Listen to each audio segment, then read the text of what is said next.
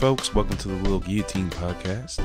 On today's episode, I bring historian, author, and lefty activist Allen Ruff onto the podcast. Allen Ruff received his PhD from the University of Wisconsin in Madison in history, and Allen has been active communist on the scene that I've been organizing with for many years in Madison, and so it's an honor to have Allen. Allen writes for like Huffington Post. He has a book out on PM Press. He writes about U.S. imperialism, and also I know he recently did a paper on the surveillance, like the post World War I surveillance state. And so yeah, it's an honor to have someone of his accomplishments on the Lil Guillotine Podcast. So without further ado, here y'all go. There's this great African-American historian named Gerald Horne. Yeah. Who's probably written now close to 40 books. Oh, wow. And he's kind of, he's a black communist, right? Yeah, yeah, yeah. And so he's kind of on a continuum of black scholars, black activist scholars, public intellectuals that in the analogous, paralleling the mainstream media, they don't exist. Yeah, and they're historically been historically relegated to the periphery of the academy. Right. But and I've had him on, and people said, "Whoa," because he's on fire. He's just he has this. I described it as a mission that is this overall reappraisal of U.S. history. When we learn, when we learn U.S. history, there's something called African American history that is presented almost as a sidebar or a sub-discipline, right? He, starting with the colonial period in the American Revolution, and I actually said to him on the air at one point, I said, I understood this abstractly, that there's no way of understanding U.S. history without that African American story. Yeah. Central. Not peripheral, but central to, there's no way to understand race and class without replacing that struggle. Yeah. And he's done this thing on called, his most significant book probably to date. He's done a ton of stuff.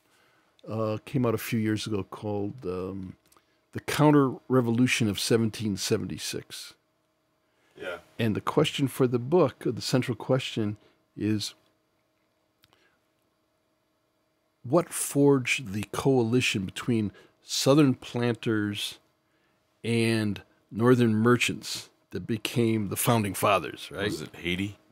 Well, Haiti, he's written this great book about Haiti. Right, okay. Yeah. Taking off from C.L.R. James. Yeah. But we learn, they don't do it anymore, but when I was a kid, you had to study U.S. history in high school, and you learned about the Stamp Act Congress and all these grievances that people had against the crown. And Horne, and he's not the only one, but Horne brings the story central to say that the final coalition that became the coalition of the Declaration of Independence and the Revolutionary War was forged when the first talk began in London of the abolition of the slave trade. Yeah. Right? That's the thing. Then it got serious. Right? Because the merchants northern merchants were dependent upon it. The whole Atlantic trade, the baseline of the entire global economy was the slave trade. Right? Yeah. So I've had Horne on, and I had him on recently where he's very intense and very, he's on Real News often. But he's intense. Yeah. And I'm in the middle of this interview, and he starts chuckling. Right? He's kind of laughing. Yeah. And then suddenly dawned on me that I think I said something. It's it's good to hear you laugh. And I realized that why he was laughing was that his laugh was nothing more nor less than this white boy gets it. It's like somebody gets it. Good. Yeah. But there's some great history being done now. Yeah, well, there's a lot more people are aware of like the people's history of the United States, right? Which goes into like greater detail on the Revolution, than just what we have in our basic history books. Right. And of course, Zinn's brilliance was that as an activist, he synthesized a lot of the stuff that the lay historian or the lay person, is not going to pick up on. Well, it's that ugly stuff that we prefer to not dwell on in a lot when we're talking about American history. You know what I mean? Like we prefer to think that we're past all the negative shit. Like civil rights is behind us, slavery is behind us. We like to like frame it that way. Like a dominant to American ideology, and it's playing out right to this moment around the crisis around Venezuela. Mm-hmm. Is this notion of American exceptionalism? Yeah, it starts with the city on a hill, this new world experiment that's going to be a beacon, and this democratic experience that's carved out of the wilderness, and it becomes a very arrogant kind of not having old world ills, not having feudalism, right? And so on. This kind of ideal for the rest of the world to look up to. That we don't have those old world class conflicts and so on. That's part of the classes don't. We're better classes, than that. Well, I grew up in I was coming up as a kid during the Cold War. That classes. That's old stuff. Classes don't exist. Everyone has an opportunity here. Yeah, right? yeah. And it's a very a complex of thinking that leads to an arrogance of we are exceptional, and if you don't buy our brand, right, then we'll shove it down your throat. Well, it's like I think that also a lot of people get a really common thing I see with people is they get meritocracy and democracy confused. You know what I mean? They like switch those terms around. Meritocracy being like your value is determined on how hard you work and what you can gain from that work. You know what I mean? Whereas but they kind of talk about democracy as if that's how democracy is supposed to work. Well, of course, but you know what I mean? But of course we have a meritocracy. After all, if you have enough money, you can get your kid's head photoshopped and as a member of a sports team to get into an Ivy League school. Yeah. And people are saying, "Gee, what the hell's going on?" He said, "Oh, there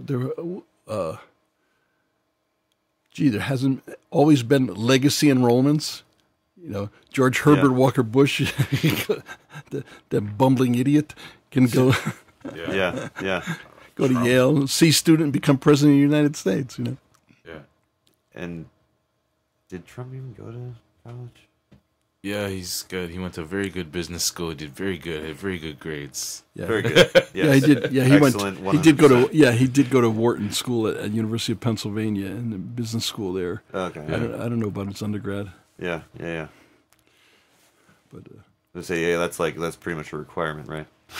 Yeah, but you were talking about having gone through college. you were talking about the synthesis of Zinn's work. Couldn't help but pick up on that Marxist terminology there that you used. Synthesis. Yeah. Thesis, antithesis, and synthesis. Yeah. Hegel. Yeah. Yeah. But yeah, what about? So you were talking about Venezuela, right? I know you had been involved in a couple of actions in town. Around Venezuela, how do those go and things? Knowing what I do about the long history of U.S. foreign policy going back over many decades, especially in the Western Hemisphere, it became obvious to me that this is, at some level, it's the same old story, right? Yeah. That is this, getting back to that exceptionalist worldview, that the U.S. has the right to intervene, and it's a selective intervention always. It's masked in terms of democracy, masked in terms of humanitarian intervention. There's all these fantastic historical quotes. Well, these people can't be trusted with governing themselves. After all, they'll mess it up. But there's this kind of imperial worldview that says that the entire 20th century is an arc of intervention in the Western Hemisphere, extending back to wherever you want to jump off. That is a common jumping off place is the Spanish-American War. Right? Yeah. There's, I don't know, I forget what years. 1898. Yeah. There's this story, and I don't know how apocryphal it is, and I remember seeing references to it, that at one point, at the time, the President William McKinley, he's wringing his hands about what to do. The battleship Maine has been blown up. We don't know exactly. Historians still debate what happened with the Maine and who, if somebody Everyone did knows. it, who did it, and so on. The Maine. But there's this crisis over the Maine, and there's this story that McKinley, not knowing what to do or indecisive, he turns at night in the White House. He prays at bedtime, and he. I'd love to find the source on it again. I remember reading it years ago.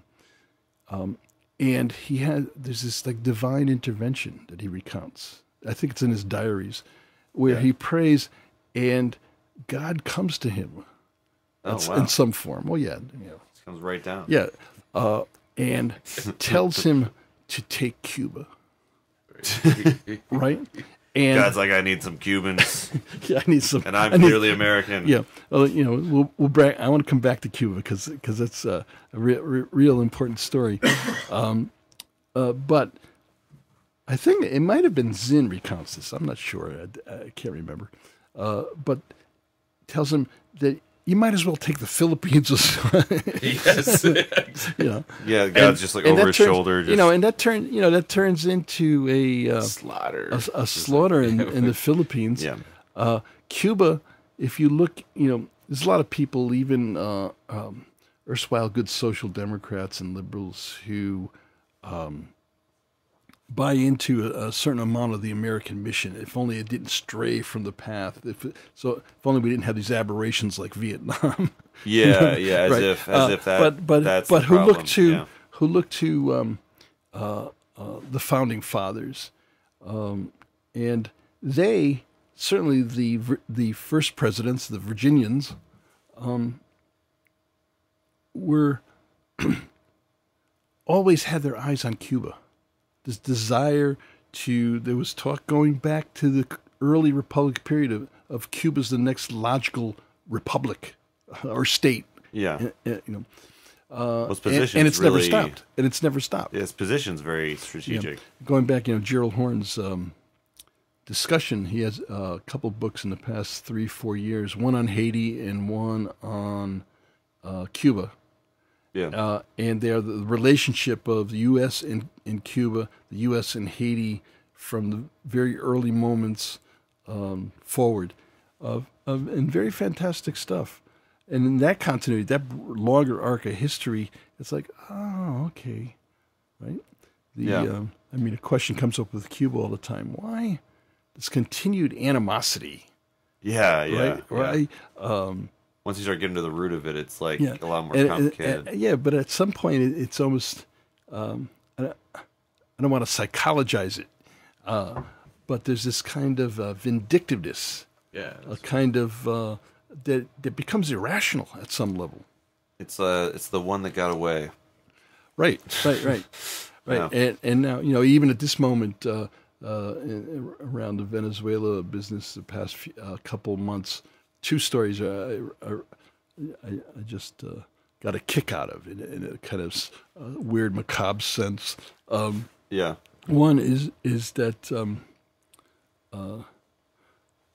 what's his name? Secretary of State. Is that one stayed the same? Pompeo. Yeah, Pompeo. that's it. Yeah. Pompeo says He's the second one, right? Yeah, right. But So hard to keep track. right. But Pompeo actually said straight-faced that there are Iranian Hezbollah terrorist cells in Venezuela. Oh wow! Now, jeez, that's an arc, right? Well. Here's the incredible thing: there is no such thing as Iranian Hezbollah. Yeah. Well, yeah, I was about to say, like, there's something right there. Yeah, and It's just throw a bunch of words together, and people buy it. But the other is this notion that it becomes translated down, condensed down to, for mass consumption, to democracy versus dictatorship. Well, that's what we always boil it down to. Right. Well, and I we were talking earlier. Imagine if that was a guide to U.S. foreign policy. Because, why aren't we going after Saudi Arabia? Yeah, that's the glaring question. That's the Duterte, trillion-dollar yeah, question. Duterte in the Philippines. Why are we butting up? Why are we butting up to Bolsonaro, to this right-wing regime in Colombia? This forging of a coalition of what I call a coalition of the swilling. Yeah, that some of the most anti-democratic, authoritarian types, line up, and then they call it something. The Lima Group now, as if it has nothing to do with. And people like to get too economistic sometimes. That is, it's just oil. No. It's geopolitical. It's like prestige. It's like that's how far it goes. It's like, oh, well, it's just oil. Come on, like it's just the way it works. Geopolitics. Which is like that's not how you should think about that. Probably.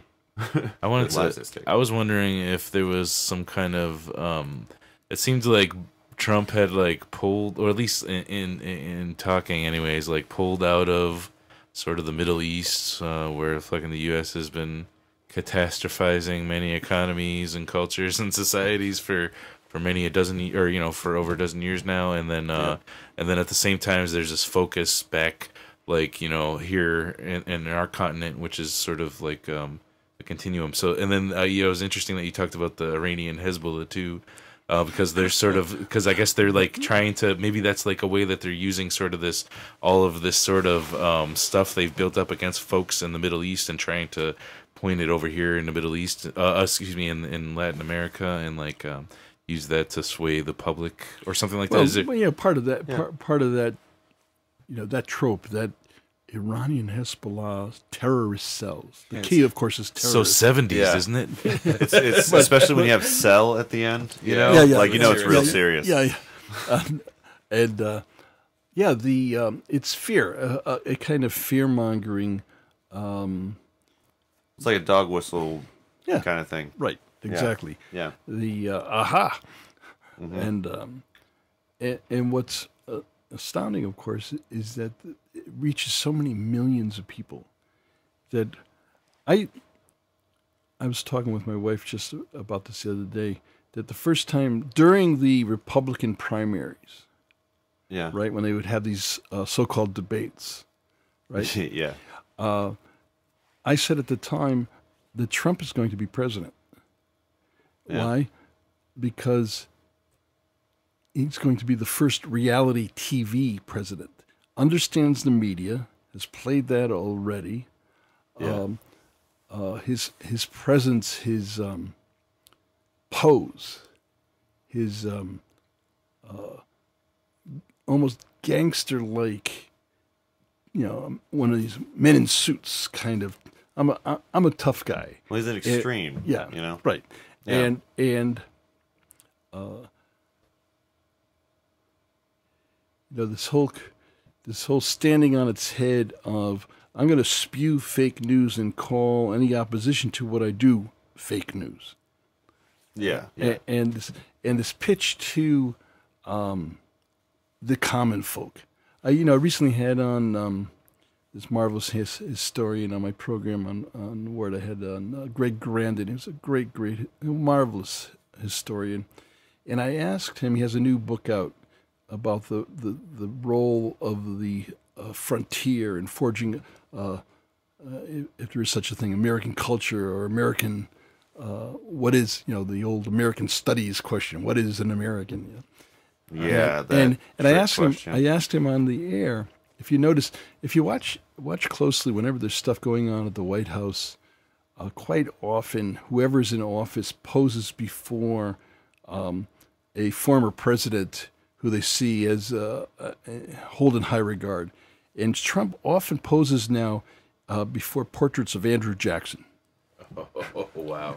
And I asked Greg Grandin about Jackson. There's actually a whole chapter on Jackson in this new book, and it's because there's this liberal mythology about Andrew Jackson that he was the first president that invited the common man into the White House. At his inaugural, they opened up the doors, and all these border ruffians and frontier people and the common people were invited in, and they made a mess of the place and broke the china and whatnot. It's very famous. A matter of fact, one of the great liberal historians coming off of the New Deal, who went on to become an apologist for John Kennedy, Arthur Schlesinger Jr., his first book, the book that put him on the map, was called The Age of Jackson. It was the great new democracy.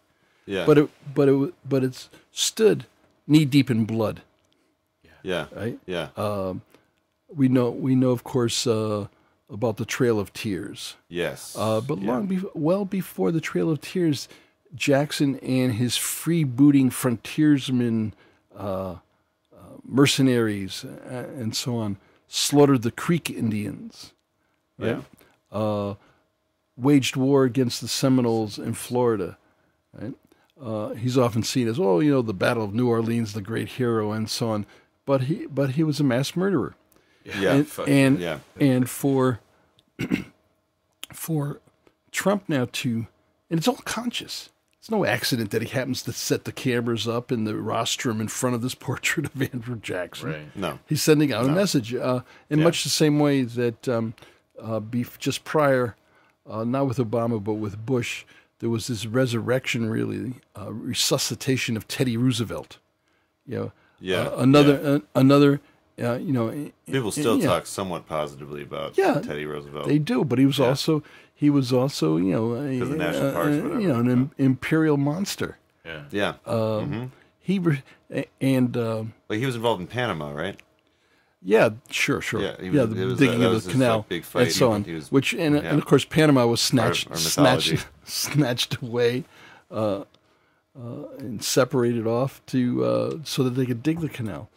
But the hero of San Juan Hill. Well, of course, they had to have that, that connection between the two oceans. They just had to have it. The one I always fascinates me often about, because he's held by some as part of the great progressive liberal pantheon, is Woodrow Wilson. And Woodrow Wilson, under Woodrow Wilson, for the first time ever, the federal bureaucracies and agencies in D.C. were segregated. He was a Southerner to the max. One recent biographer talks about how when he had state dinners for dignitaries at the White House, that the men would retire into the smoking room where they would have cigars, and Woodrow Wilson would tell in dialect darky jokes. Oh, Jesus. Right? His entire cabinet was comprised of white Southerners, primarily Texans. Yeah. And he held a white supremacist notion of civilization, that civilization was defined by this hierarchies with, of course, white Anglo-Saxon or Nordic peoples being at the top. Was Wilson in the early 20s? 1912 to... Yeah, I was going to say, that was really popular in the world a lot right then. Kind of inadvertently led to some of the Nazi stuff, that ideology of races and hierarchies. Right, well, the eugenics movement was big. It was really popular. Took off during the period.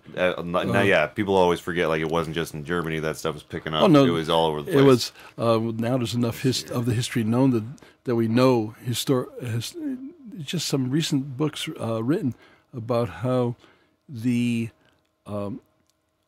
Nazis basically adopted their legal codes from stuff that had already been existed in the United States. Well, how we dealt with Reconstruction. The white apartheid regime sent its social scientists and experts to study Jim Crow structures and institutions in the U.S. South. Yeah, I've been reading Black Reconstruction by W.B. Du Bois. Oh yeah, and he really focuses a lot on Andrew Johnson and basically how he just completely evolved, turn around, completely 180'd on his views with Lincoln to basically becoming the biggest apologist of the South that they could possibly have. You know what I mean? He sided with them when they were talking about I know they're free, but we can't let them vote yet because they don't know anything yet and stuff. So he was advocating, he was taking those, Southern arguments seriously and letting the Confederacy basically influence his every opinion. He really put some seeds in place that really fucked the whole Reconstruction, But yeah, and what was weird reading it is the arguments that you keep hearing, or he keeps on putting down from the Confederacy. It sounds like alt-right, Trump head type people. You know what I mean? It's that kind of apologizing or saying the greater good. Yeah. Well, it's interesting you mentioned that, because if you go to this book I just referenced, this Greg Grandin thing called The End of the Myth, from the frontier to the border wall. He talks about those continuities that are a pulse beat in modern U.S. history. Yeah. It's a remarkable book. Yeah. Because it does keep on coming up. We think we talk about that stuff it is in the past, and then it just keeps on coming back. The one of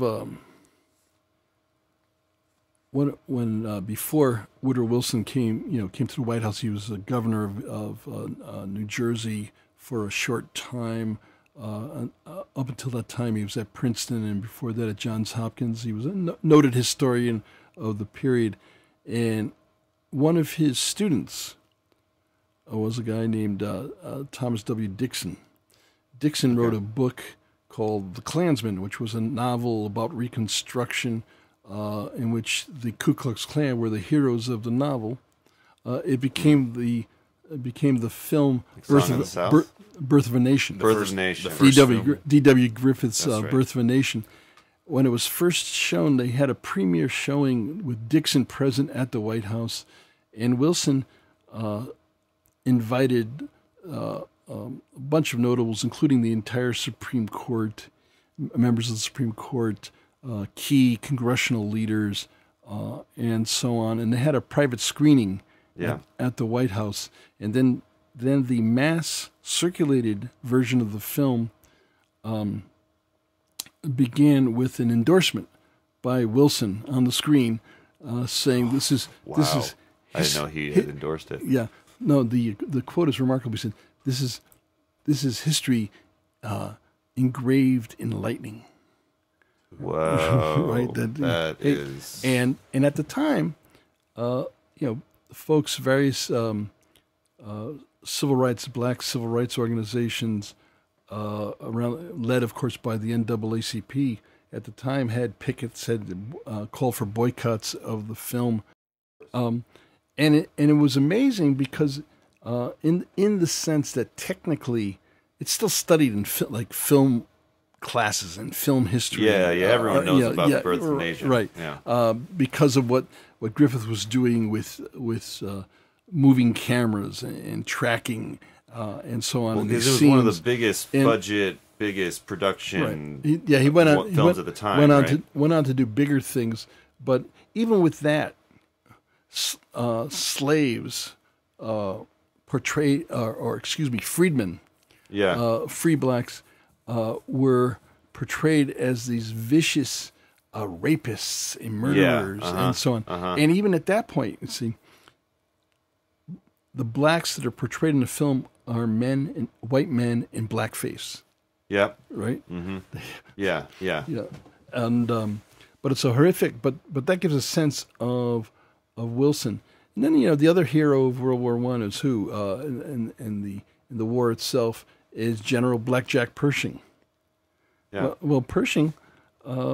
There's two regiments that come primarily out of Harlem of black troops, volunteers, right? Yeah.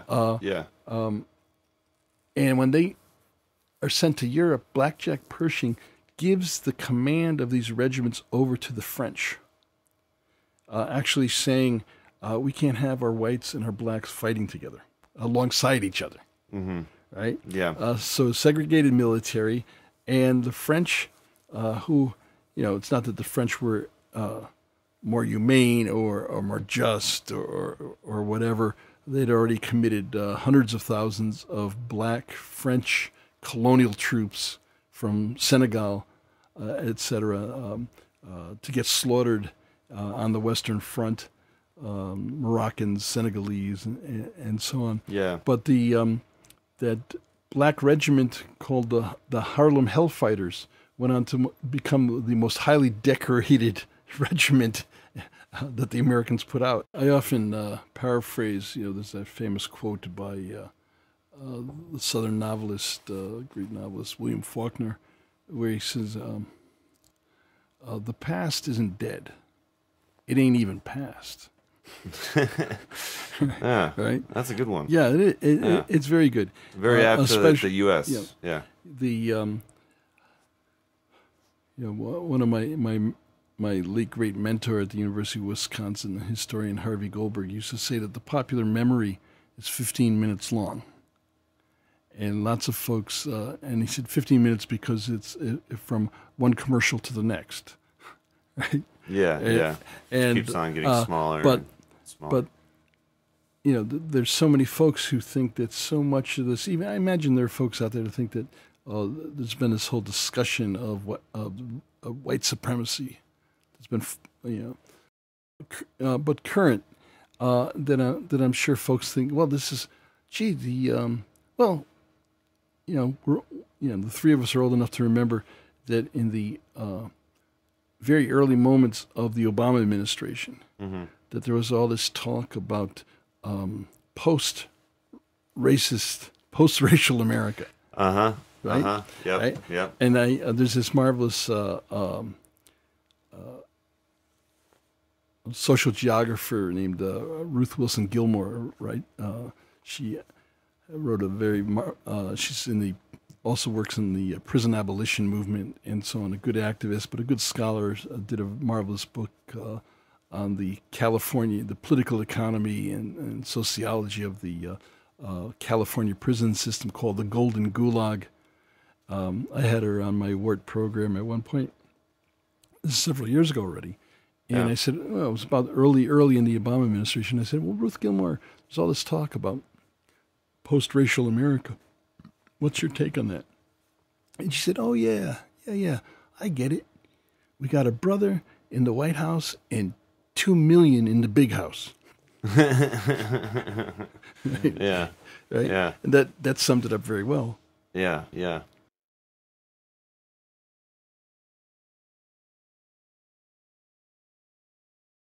Opulence, cop cars and they burn all that. 1700, having absconded.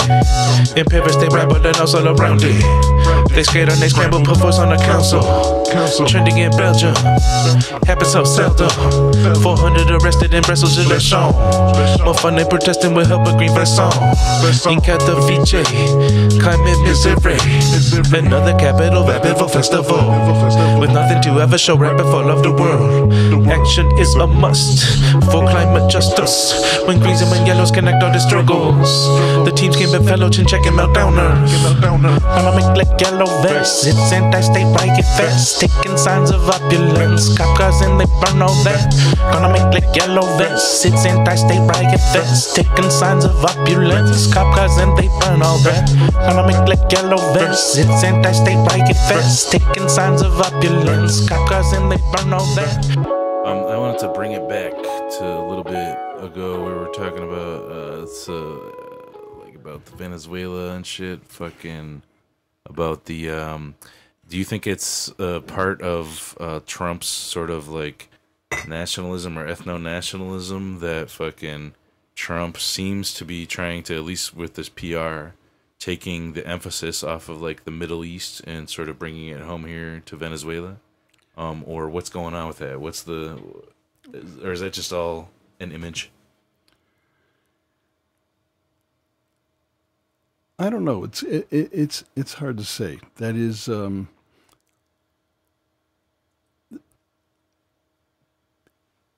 getting back to that moment about how history gets lopped off. Like there's no continuities. Everything is now Trump. Yeah. It was Obama. It was Bush. Remember, the counter-revolution against, no matter what we may think about or how we interpret the nature of the Venezuelan regime, a constant has been from the various early moments of Chavez was that regime has to go. Right? Why? Because it threatens some form of self-determination, which is a threat to U.S. hegemony, is a threat to imperial power. And, when you get a guy like John Bolton talking about the Monroe Doctrine, right? That this is the U.S. owns this hemisphere. Yeah. And that's getting back to the animosity toward Cuba. Cuba, has outlasted since 1959. It's had a separate route, a separate course. Yeah. And that, despite all its flaws, all its problems, all its warts, still represents some kind of alternative to the North. Years ago I was in, when was that? In the early 90s, I was in Cuba in the tobacco zones of the district west of, province west of Havana called Pinar del Rio. And we met with some folks in the town of Pinar del Rio one evening, a social gathering where there was some political conversation. And we were leaving and we were going down this black road, the no street lights, to get it back on the trucks that we had come in. And we heard footsteps coming down this dirt road, and we stopped, and this woman who had been in this get together,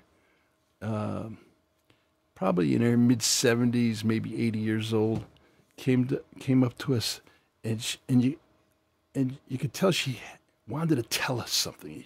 She had something to say that she felt was so important. She chased after us. Yeah. And she said, "Mira, dígalos en el norte que nosotros no regresamos a esclavitud." Tell the people in the north that we will not return to slavery. Right? Yeah. It was a damn moment. It was like, and I've recounted that. I'll never forget that woman. Yeah. And I've been there a number of times, to Cuba a number of times since. But that epitomized, she was old enough to remember pre-revolution Cuba. Right? Another instance there, I went, on a trip with the, I think it kind of blurs now because it's a while ago, but there was a sizable group of Americans went. We helped in the tobacco harvest that one year. Yeah. And we were in this camp, bunkhouses and so on. And in the middle of this camp, this one evening, there was an argument. And I came upon it, and it was this white guy from, I think, the West Coast, who had been to one of the early Venezuela raids in like 1970 or so. And he was running on about how there's still people here in the countryside that are living, they have thatched roofs and dirt floors, and the person that was arguing with him was this African-American woman from inner city Philadelphia. And her bottom line was, do you see anyone here, all the places we've been, do you see anyone here living in a fucking cardboard box? Yeah. Yeah, right. Not a one. Yeah. Right? Yeah. And that, these little moments that encapsulate, and with the current situation in Venezuela, we don't know what it's going to be. But I would argue that what Guaido and these, upper class Venezuelans promise is a false promise. That whatever exists in Venezuela now, for the popular classes, it cannot, it will get worse if these reactionaries, if this right comes to power, beholden to the U.S. and beholden to U.S. financial institutions, and so on. Because certainly the and there's the game plan is the same. You deepen the social crisis through economic pressures. We hear about the word sanctions. I was saying earlier that what is sanctions? That's a nondescriptive word for economic warfare. Yeah. Right? Yeah. And you intensify the internal tensions, you cut off credit, you withhold the payment for the oil, and so on. I've been hearing a little bit about that. And then complete with economic sabotage, actual physical sabotage. The same was true in 53 in Iran, 54 in Guatemala, 72-3 in Chile. Wherever you want to look, where once the determination, the decision is made that this regime, such and such regime has to go, then the resurrection, the resuscitation of a guy like Elliot Abrams, who was a key architect of the vicious contra wars against Nicaragua and El Salvador in the 80s. He's a. They've given him this title of I forget what it is. It's an emissary of some sort. Whatever. I keep on thinking, when I think of him and knowing of that earlier history, I think that they opened a crypt, they removed the wooden stake from his heart, and he came out, came back and out, he came alive. Bolton, that's how I and felt. Abrams and Pompeo, and I mean, oh man. Well, that's what I heard. I thought about when I learned about Roger Stone and his background and how he was like a young guy and involved in like Watergate and shit. He's like, you see this like picture of him like with this dumb grin on his face, like then like, oh, I like this shady shit. Oh, there's bunches of those. And he just those pops up again later. Yeah, they what?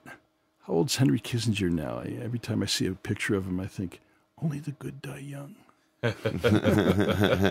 Only the good. So folks who are like going to over. I don't know if you heard about folks or like anarchist folks who are going to fight in Rojava, and whatnot, which I think it has a different name now.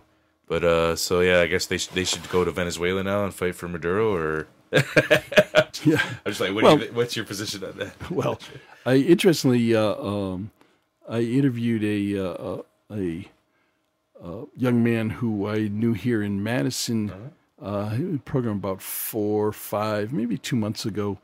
A returnee from Rojava, who was a combatant in the International Brigadista. Oh, okay. And good young man, an anarchist right down to the soles of his shoes. Yeah, not that there aren't Leninists that go and fight. Yeah. No, Yeah. there's. He actually talked about that in the interview. You can listen to the interview. Yeah, that's interesting, man. I'm gonna check it out. He talked about various, not just the fighting, which there's international brigades of several different stripe. Yeah. But also the political and social revolution going on in those zones that are now, of course, under severe attack by that other humanitarian regime called Turkey, and so. I have heard just in the past few days that there are internationalists that have gone to Venezuela, okay. And of course the Cubans have been there. That story's not told about the thousands and thousands of doctors and technicians of various description that have been in places like Venezuela, or if you look at the battle against apartheid South Africa and the liberation struggles in Southern Africa in the 70s, 80s, thousands of Cubans went and fought on the side of liberation forces in Angola and Mozambique and so on. That kind of internationalism, and of course it was described here by the power in the States as, by the powers that be that those Cubans in Africa are just surrogates or of the Soviets, Right. but the Cuban perspective on it was that they're a kind of cross-Atlantic African solidarity. Right. They're fighting for their right to self-determination. Right. Well, in much the same way that those Americans. Including several from Wisconsin and Clarence Kalin out of Madison, went to fight as part of the Abraham Lincoln Brigade in the fight against fascism in Spain against Franco, and they were dubbed at the time by J. Edgar Hoover as premature anti-fascists. That they were just that it was okay later on. Okay, I get you. But the commies were premature in their because the United States really didn't have any problem with technically neutral while providing oil to the Franco regime and so on. Yeah. It wasn't until like some atrocities were uncovered that, and Pearl Harbor and all that, but once the alliance was forged, then it was don't forget that people too easily forget that the Soviet Union was our ally in World War II, and in actuality took the brunt of the fighting, gave up some say as many as 22 million people. Wow. Well, yeah, that and like we have a different relationship with that war because of the fact that we don't have besides Pearl Harbor, we don't have like decimated cities from it. Yeah. Like we have like it's like we have a level of disconnection from it that you can't have if you're in Europe. Yeah. Well, it can. At least it's the horrors of war are more of a reality in the sense that like you can see it in your like town. Well, I mean, it's the real jumping off place for the Pax Americana, the post-war American empire. Yeah. It's the only major power that comes out of the war basically unscathed. Yeah, Even yeah. There's people that like to. My there's favorite war to talk about. Yeah. Well, there's a mythology that it was America won the war. Yeah, And, right. and if yeah, you look yeah. at the minute percentage of casualties that the U.S. gave up, in contrast to what I just mentioned, whether it be certainly the Soviet Union at the time, or even as a percentage of the populations, it's minuscule. But it also, its industrial plant was not touched whatsoever, as you allude to. And just as was the case with World War I, American finance capital bankrolled it. Yeah, Yeah. yeah. Then Japanese and German infrastructures destroyed, created this convenient space for us to sort of take over global economics. Yeah, well, that it did. What did you say? The Bush's grandfather was like running a bank that like helped, had a bunch of accounts with the Nazis up until they were forced to stop by the government. They're like, hey, you can't do banking with the Nazis anymore. Yeah. But that was like their grandpa or whatever. I think it's maybe Bush Senior's dad or grandpa. But yeah, it's like we've we've always been right there. Well, through the on the sidelines with it. Through the thick and thin of it, IG Farben, the major German chemical firm that gave us both Bayer aspirin and Cyclone D, the poison that was used at Auschwitz, right? Yeah. During the thick and thin of it, they transferred their patents to DuPont, safekeeping on this side of the Atlantic. Yeah. All that kind of the major patent attorneys that were central to all of that were John Foster and Allen Dulles, both of whom had been with Wilson at Versailles as young men in 1919. Allen Dulles later goes on to become the first head of the CIA, and his brother John Foster was Secretary of State under Eisenhower. But they, by the way, they also were legacy enrollees at Yale and Harvard and so on and so forth. Yeah. They didn't have Photoshop at the time, and they didn't have to pretend to be members of sports teams. Yeah. Well, we do have like a couple examples of that in the U.S. of like political dynastyism. We got like, whether it be the Kennedys, the Clintons, the Bushes, everyone likes to point out if they're a descendant from Lincoln. They're like, hey, I did my ancestry profile. I'm related to Lincoln. But like there's like we have this obsession with like, even though we're not feudal or whatever, we still have this kind of almost feudal framing of certain leaders and families. Of course, FDR was Teddy Roosevelt's cousin.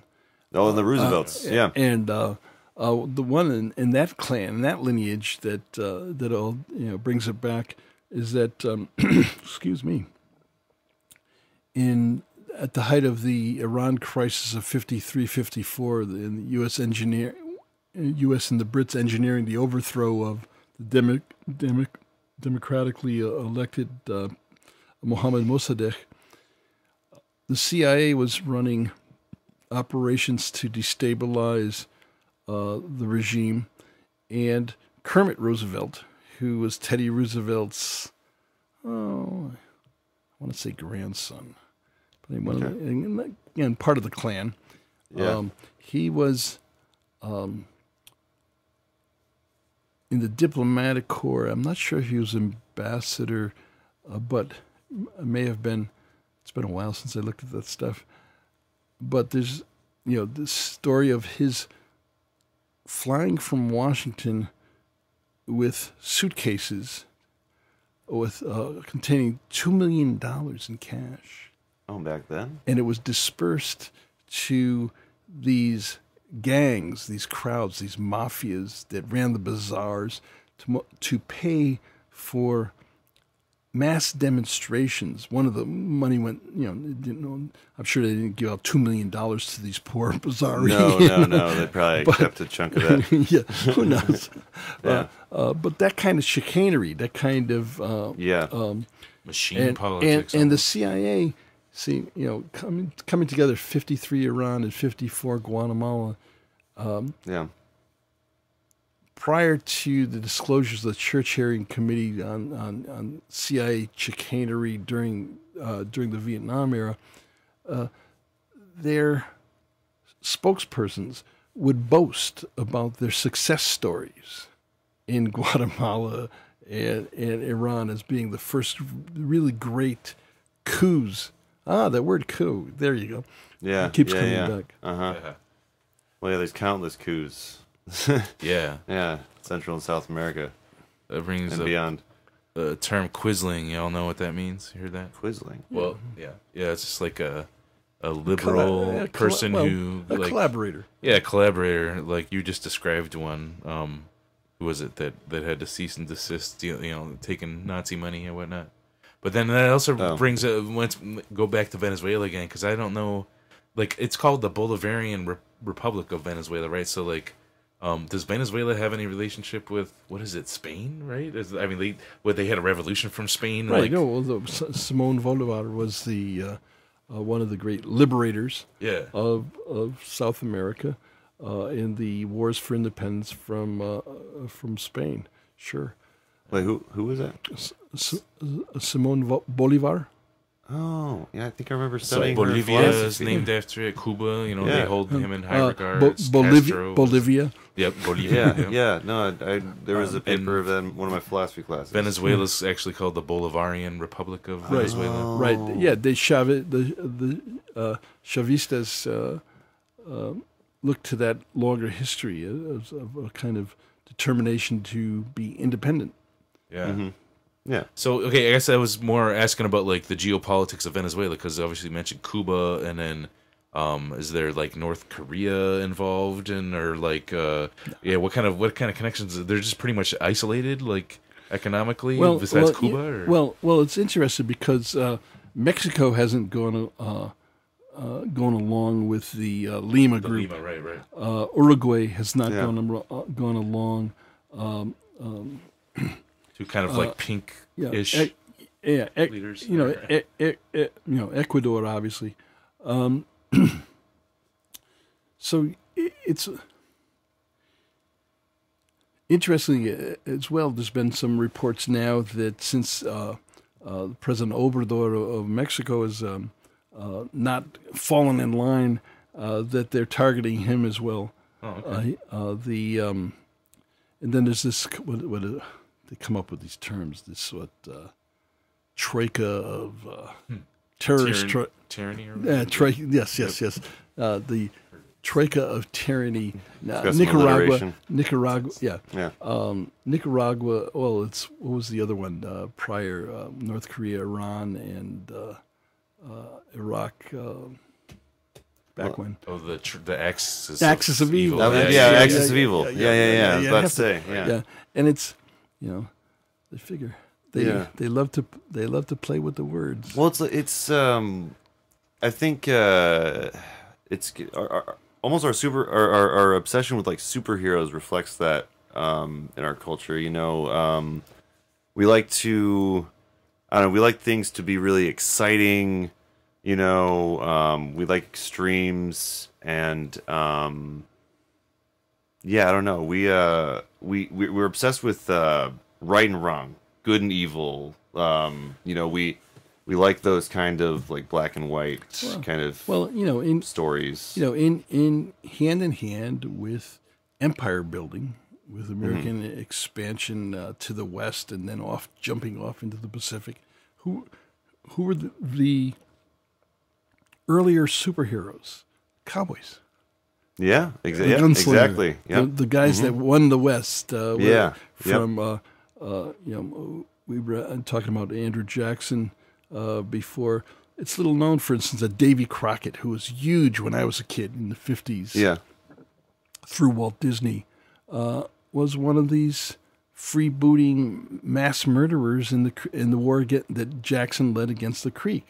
And we get this mythology of the Alamo.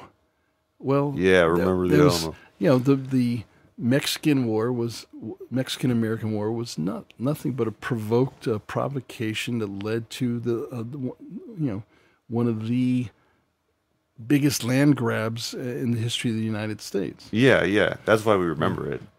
And but it's portrayed. I grew up that all these guys, Jim Bowie and Davy Crockett, and all these guys, they were the heroes, often played by John Wayne or somebody like that. I can remember. Well, and I've I've been really into Marvel stuff lately, so I've been watching a few documentaries. But like a lot of the earlier like Marvel and like DC guys were fans of those cowboy things. Like I'm blanking on them right now, but Roy Rogers, is that Roy one? Rogers, yep. There's there was that's what a lot of the early comic book writers drew inspiration directly from cowboys and then stories. Think about DC Comics came up. Superman was an anti-fascist thing, so there was like a sort of imperialist undertones there. And like, well, there was a number. Was Captain America first? I don't know, because like I remember there was a famous like picture of like Captain America punching Hitler in the face. Like that was their like big like maybe Captain America introduction into, because their comics were originally like about World War II. I think it was before all everything was done with that even that Captain America made on the scene. But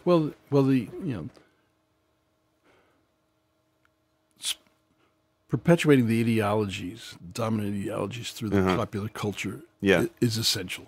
Yes. Right? Yeah. You go to any of these superhero films, the weaponry, the artillery, the hardware, the planes, the jets, the tanks, and so on. That's all Pentagon subsidy. Right? That's the intermeshing of the synergy between the entertainment industry and the military-industrial complex. Well, especially if you're watching like a Michael Bay film. Like Michael Bay films are like they're like military advertisements, start to finish. Right. You know what I mean? Like Transformers films and all that. Like there's just so much. They spend so much time like looking at all the equipment they have and all the high tech stuff the military is using and everything. Even though it's like it's about Transformers, they spend a lot of time on that. Marvel's done a little better of a job like talking about some of the moral problems with that a little bit with their movies, but like it is still in that world of superheroes and non-superheroes. You know what I mean? I can recall seeing Spielberg's Saving Private Ryan. And we always have to have another war film every so many years. But in this big theater, I was sitting there with this buddy of mine, and we watched it. And for both of us, it's to me, it had this kind of anti-war subtext, the futility of it all, the insanity of it all. But when the lights went up in the theater, sitting down way in front of us, like very close to the screen, was this young man who, from a distance, I would say maybe he was a high school kid or someone in college, maybe. Yeah. And he was standing there just awed by what he had just witnessed. Yeah. Right? Yeah. Like this heroic stuff. Yeah, the heroism aspect of it. And intertwined with, of course, that story that all basic training inculcates in any soldier, any Marine, is what matters is your buddy. Yeah. Right? Yeah. It's all you don't matter. Yeah. Or it's all, there's no politics, no history, there's just survival when it comes down to it. And the fraternity of the fight is very remarkable, inculcated into well, yeah, ingrained. and when you do have someone, when you're ingrained into that, and then you have a buddy that falls, you know, Right. it really affects you. It really impacts you, Sure. you know, like, and you know, especially after that point, you know, because I mean, maybe before that point, you know, it's not as permanent, you know. But then, you know, once you actually experience it, and then it's like, it makes you believe the kind of survivalistic. Yeah. Once you go through war, you're like, oh, yeah, life, you do need to be in survival mode all the time, because that can happen. And so, it affects their worldview a little bit. Yeah, and blow it out, it kind of ties back to what we were talking about before, because if you expand it out, extrapolate it out to a culture of trauma, Mm-hmm. which is American growth, expansion, conquest, race and class, gender, the violence inherent from square one. You know, the Puritans, the early Pilgrims, Puritans, actually talked about their errand or mission in the wilderness, as if there was no one else here. Yeah, I know. Even history books sometimes do a bad job of talking about the fact that there was civilization here before. Yeah, Yeah, and the within a very short time after the first Thanksgiving, those very same English settlers are very busy wiping out the Pequots and the Wampanoag and the indigenous peoples of Massachusetts Bay Colony and Plymouth, and so on, down into Connecticut, Rhode Island. Just the horror story jumps off there. There's a very wonderful book by this historian called Robert Drinan called Facing West. And it has this funny subtitle, which I can't recall offhand, but it tracks Indian fighting like as part of the American psyche, part of the American legacy, conquering the savages, the Cowboys and Indians. going from pre-Plymouth, so 1620, through to Vietnam. Yeah. Right. Well, yeah. I mean, it's been a real core part of our mythos. Sure. For a That's long exactly time. the word I was looking for. Yeah. Well, because like, oh man, they do a good job of explaining it in the People's History of the United States. But yeah, like the one of the, the first time that Columbus encountered those peoples, he basically, like, the first thing he thought of was like, oh man, those people would be easy to enslave. They're so nice. They're so willing to work together. They're so, and they just he just immediately looked at them like they were animals. Like there wasn't even like it was just and then so we started at a bad place. I think it's I may be wrong on this, but I think it was Mark Twain who quipped at one point where he said, referring to the Pilgrims, he said, well, excuse me, first we fell upon our knees, and then we fell upon the indigenes.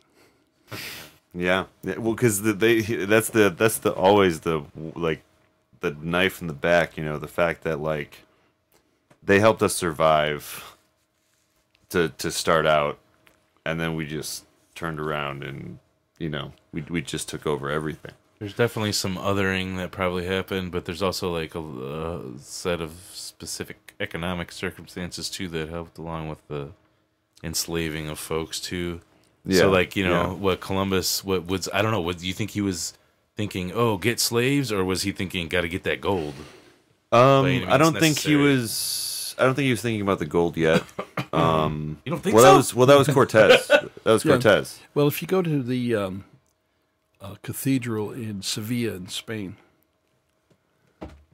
you go into this, it's a classic European cathedral, Catholic cathedral. Yeah. And when you go down the center, there's this great big, the central aisle. The and Sagrada Familia one? No. No. Sevilla, okay. Yeah, in Sevilla. But you go down this long central aisle. Yeah. And straight ahead is the altar and so on. And behind the altar is a relief, a bas relief, about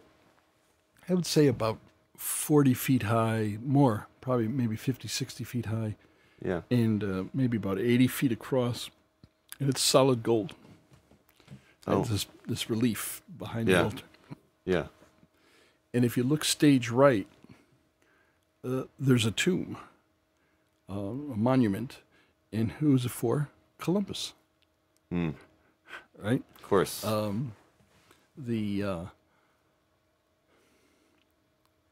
It was conquest. It was territorial gain. It was resources. It was, Spanish again. By that time, of course, already seeing itself. Well, yeah, that was the name of the game. Like that was the colonial age. Like everyone was just like, I'm gonna take over as much crap as I can, put my flag on the ground, and call it a day. Yeah, there's I'm rattling off historians here tonight. There's this new book, a very marvelous book called Common Wind by Julius Scott, A History of the Caribbean in the Age of the Haitian Revolution. Yeah. And this competition, of course, of all the European powers for control of ports, islands, lands for plantations, resources, and so on. Mm-hmm. The Brits, the French, the Spaniards being the major players, but the Dutch and the Danish, and et cetera. Yeah. And at one point in the 1700s, early or late 1600s, the Spanish words goes out across the Caribbean. It was all honeycombed with ships and of all sorts, and so on. But word goes out that anyone coming over from slaves that can successfully make it to Spanish territory and proclaim their desire to become Catholic, fleeing Protestant British control, would be free. Right? So it created this kind of antagonism, shall we say? Yeah. People fleeing from Jamaica over to going to Puerto Rico or Cuba and so on. Yeah. And it's a very fantastic, brand new book just out from Verso Press that I'm right in the middle of right now. It's a great read. People are touting it as one of the most significant books on that period of history in the Caribbean since maybe C.L.R. James' Black Jacobin. Okay. There's one my brother keeps mentioning called How to Hide an Empire that he just listened to. I forgot the author, but it kind of gets into... It kind of gets into the nitty-gritty of like our, colonization and, Haiti stuff, Caribbean stuff, all of our meddlings in different places, essentially, and how we maintain that and the illusion that it's not happening as much as it is. Mm-hmm. C.L.R. James's Black Jacobin about the Haitian Revolution was published in 1938, the same year that Black Reconstruction, Du Bois's masterwork, is published. Oh, wow. Damn. Yeah, it's an important year, huh? There's I think, I might be wrong, but I think that was the year that Gone with the Wind was published as well. Oh, wow. That does sound like a pretty significant year. Well, I mean, there was a lot going on in the world, too, at that moment. Yeah. And a lot building. So what else can we talk about? My voice is actually beginning to go. So I was gonna ask you about it's kind of like goes in with plugs too. Like what sort of things can folks do about Venezuela here, or like what kind of steps going forward? Are there any demonstrations or anything? about that stuff around here? Well, I thought there was one a few weeks ago. Yeah, certainly there have been a couple of smaller ones in Madison. There's been some activity in various cities across the country. There was a series of demonstrations, I think, in 25 cities around the country. And there's people can go online. There's a mobilization scheduled for March 30th in D.C. Okay.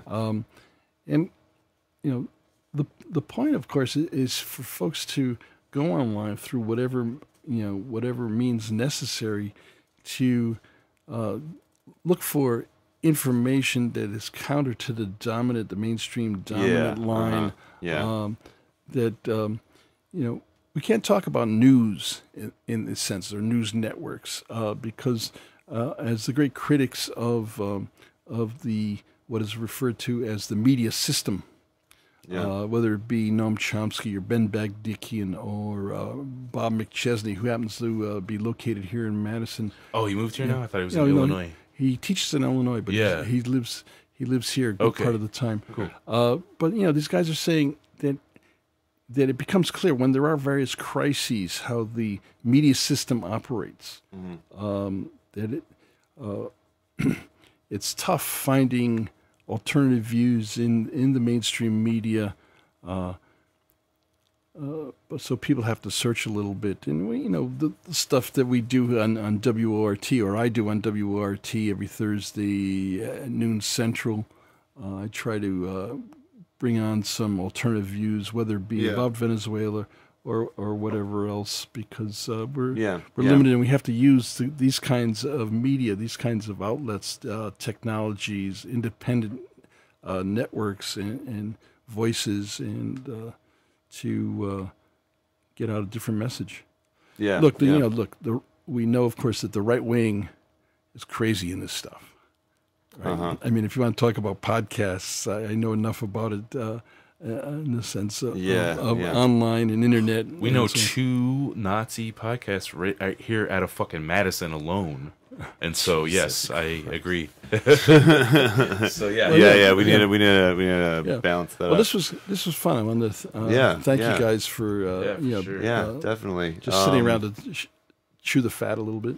Yeah, it's I like this format, and I want to definitely be with Revolover audio stuff. I want to definitely add to that, add to the conversations and bring on people that can, have different perspectives and stuff.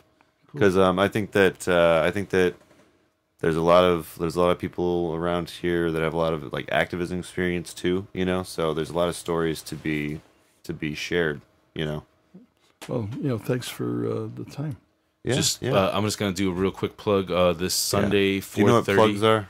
That's a comment. Okay. I don't know how he's radio. Yeah, I know. So some people really don't know. Like I say plugs, and they're like, "What are you talking about?" Yeah. So 4:30 p.m. at the Washburn Observatory at UW, we're doing a study group. We're reading Bell Hooks. I don't know the book, but it's about like masculinity.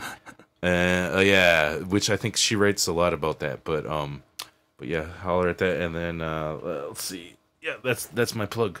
Check out my new song coming out this Friday. It's called Everlasting Death. So that should be out on Spotify. Got anything quick, Brad? So I just finished recording another Rolling Stone podcast. We have another third guest, and that'll hopefully be coming out in the next couple of days. And just check out my stuff on Twitter, Revolover Audio. Remember, there's an extra O in Revolover, just in case you didn't know. And then it's 89.9 F. What's the website? 89.9 WORT. WORT. My program is Public Affair. Airs every Thursday, noon to 1 Central, 89.9 FM. Listen to it on your lunch, man. And y'all can tune in online, too. It's online, available online and live and archived. Yeah, I hear your voice going worse. Sorry. but we'll also probably be working on getting back issues up as a podcast. Cool. That'd be cool. Yeah. All right, y'all. Thanks for listening. Have a good one.